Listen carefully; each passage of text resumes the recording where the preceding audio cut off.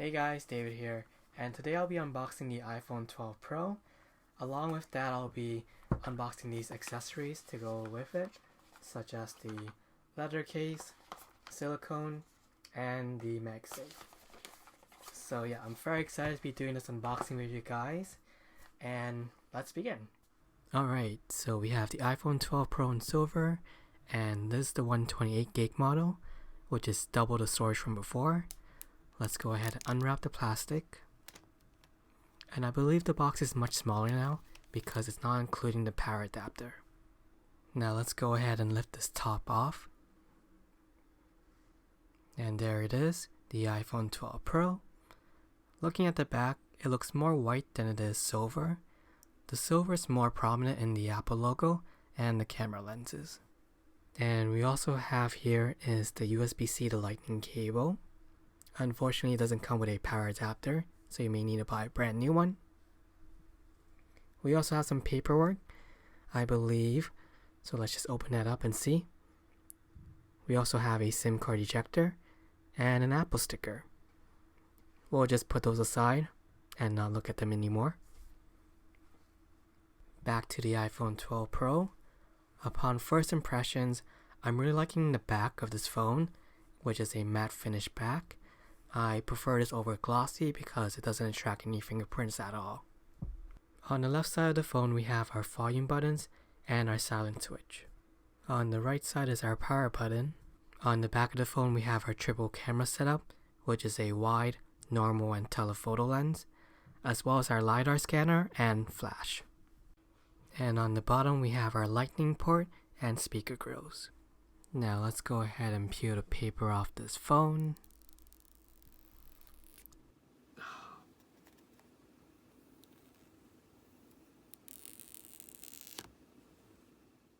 So I'm just going to do a quick data transfer from my iPhone 8 Plus over to this one. So I'll see you guys back in a bit. And thanks to the power of video editing, we are back. And first impression so far is I like the form factor and how the edges are flat. It makes holding the phone more secure and grippy as opposed to the curved edges from my previous phone, the iPhone 8 Plus. And I noticed the stainless steel frames is a huge fingerprint magnet. I've only been using this phone for a few minutes now, but you can definitely see the fingerprints on the frames of the phone. So I would suggest buying a case for this phone in order to avoid the fingerprints.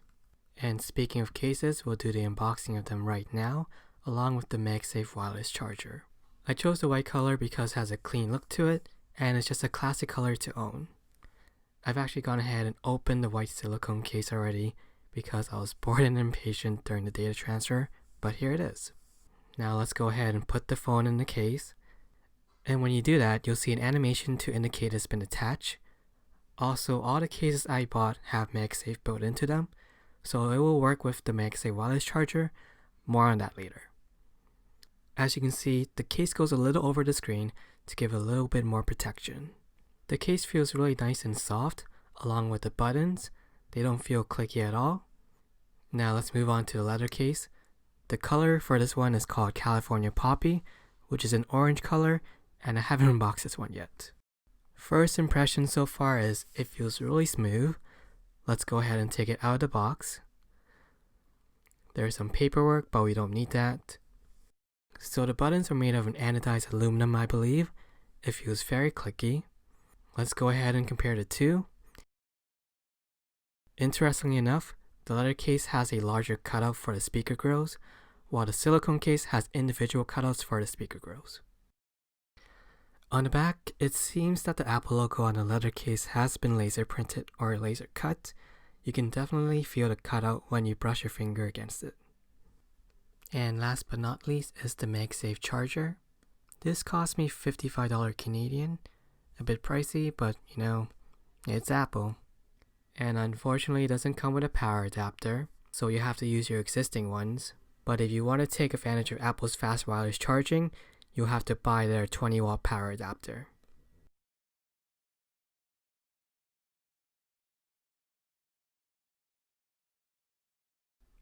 Here's the cable.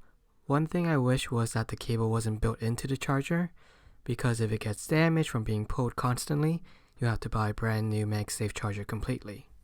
Now we're going to test the magnet out and see how secure it is. It snaps right into place, and we'll just give it a shake, testing if it will fall off. And it seems to be hanging on pretty well actually. Alright guys, so that's the end of the video. If you have any questions, let me know.